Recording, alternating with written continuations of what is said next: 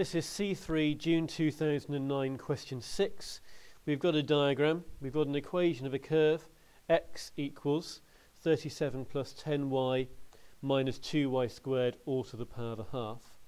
First of all, we're asked for an expression for dx dy. Now normally you're asked for dy dx, but then that's when it's y equals something.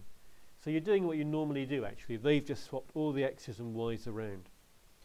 So if you're differentiating a bracket with a power, all you need to do is bring the power down the front, write out the bracket,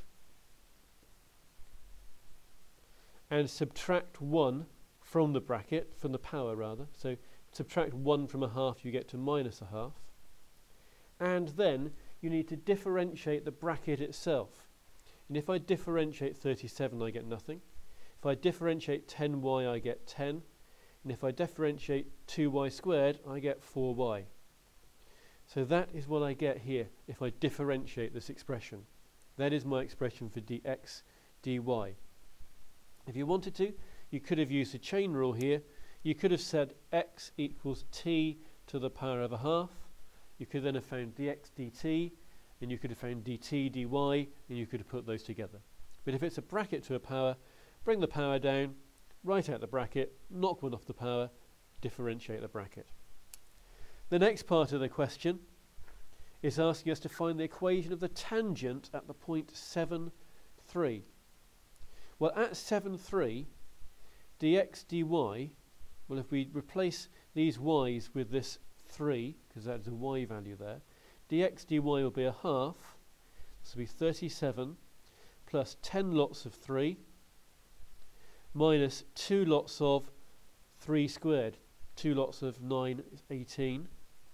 That's to the power of negative a half. And over here, it'll be 10 take away 4 lots of 3. Well, there's a half here, and there's minus 2 over here. So they will cancel out, just leaving us with a minus. And here, the value of this bracket is 49. So what I've got now is a minus from the half and the minus 2, and I got 49 to the power of minus a half. Power of a half means square root. That's going to give us 7. The minus in the power means 1 over. So ignoring that minus sign for a minute, the minus means 1 over. 49 to the power of a half is 7. Putting the minus in, I get dx dy equals minus 1/7. Now for the gradient is dy dx. So what I need to do now is to flip this the other way up. So dy dx is minus 7 over 1, or just minus 7. That is going to be the gradient of the tangent at this point 7, 3.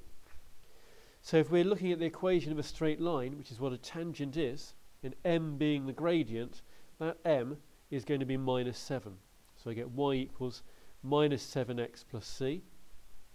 And if I use this point 7, 3, 7 is an x number, 3 is a y number, and if I substitute those in, I get y equals minus 7 times by x plus c. I get 3 equals minus 49 plus c. So c has to be 52.